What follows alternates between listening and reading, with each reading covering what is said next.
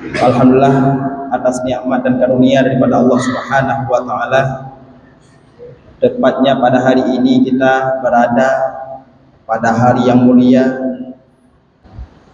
Maka di dalam agama kita Rasulullah sallallahu alaihi wasallam beliau menganjurkan kepada kita agar berpuasa di hari Asyura, juga diiringi dengan satu hari sebelumnya ataupun satu hari setelah hari Asyura. Afdhalus salati ba'dal maktubati salatu jawfil lail, kata Nabi. Salat yang paling bagus setelah salat fardu adalah sembahyang tahajud, salat tahajud. Sedangkan puasa, wa afdhalus siyami ba'da siyami Ramadan siyami yaumi Asyura. Sedangkan puasa yang paling bagus, yang paling afdal setelah puasa Ramadan ialah puasa di hari Asyura. Alhamdulillah, ada beberapa di kalangan kita yang memperingati hari Asyura pada hari ini dasar di atas berpegang kepada orang yang meruqyah di awal masuknya Muharram. Dan juga ada di kalangan kita juga yang berpegang kepada dasar atas hisab yang telah diperkirakan jauh-jauh hari. Mungkin hari ini telah lebih sehari daripada hari Asyura. Namun sidang hadirin yang berbahagia, yang perlu kita garis bawahi ialah bukanlah perbedaan, melainkan ialah kesepakatan kita bersama dalam sebaik-baiknya, sebijak-bijaknya mengambil kebaikan yang tersirat di dalam hari 10 Muharram tersebut. Bukan hanya puasa, bahkan segala amal kebaikan yang dipanjatkan kepada Allah pada hari Asyura adalah diistimewakan oleh Allah Subhanahu wa taala.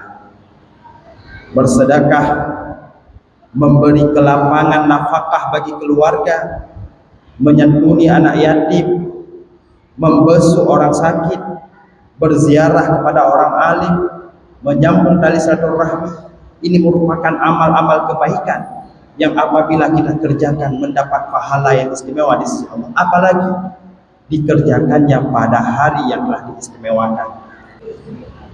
Keberhasilan Nabi Allah Musa alaihissalam dalam berdakwah lebih daripada 40 tahun. Beliau berdakwah melawan pemimpin yang zalim Fir'aun pada ketika itu. Beliau berdakwah kepada umat-umatnya 40 tahun lebih.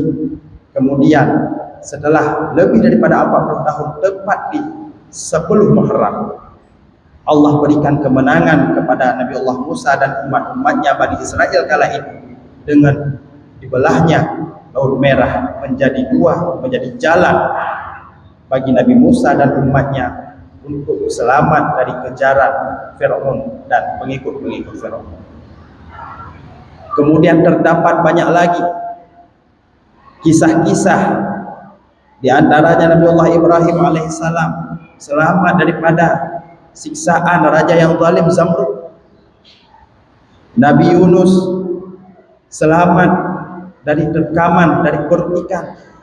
Nabi Nuh selamat setelah badai besar, setelah bencana besar, banjir turun dari kapal beliau beserta pengikut-pengikutnya.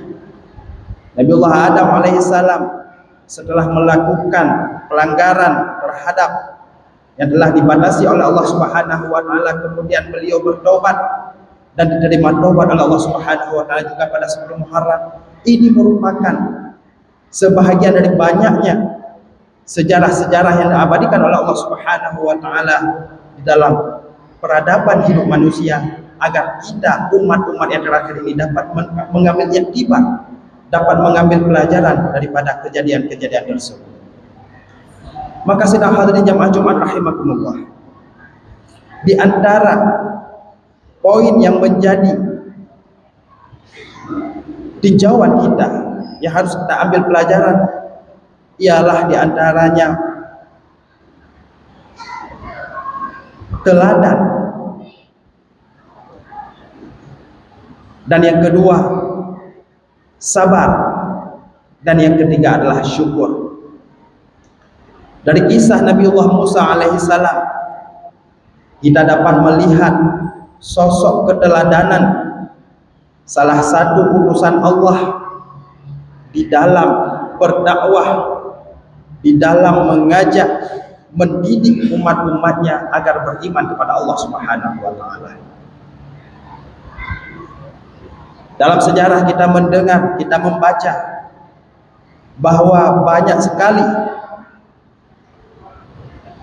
wahyu-wahyu yang telah diberikan oleh Allah Subhanahu wa taala kepada Nabi Musa disampaikan kepada umat-umatnya, dan Nabi Allah Musa berdiri di depan sebagai suri teladan, sebagai bahan contoh, memberikan contoh yang baik kepada orang-orang yang lain.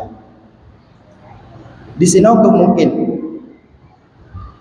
jetajo iktibar lagi dalam memberikan teladan kepada anak-anak kedanyo, memberi teladan kepada generasi-generasi selanjutnya, guna untuk melestarikan peradaban yang telah diubah oleh leluhur kedanyo, terutama kepada umat Nabi Muhammad sallallahu alaihi wasallam, berarti adab ataupun akhlak yang diubah oleh Rasulullah sallallahu alaihi wasallam.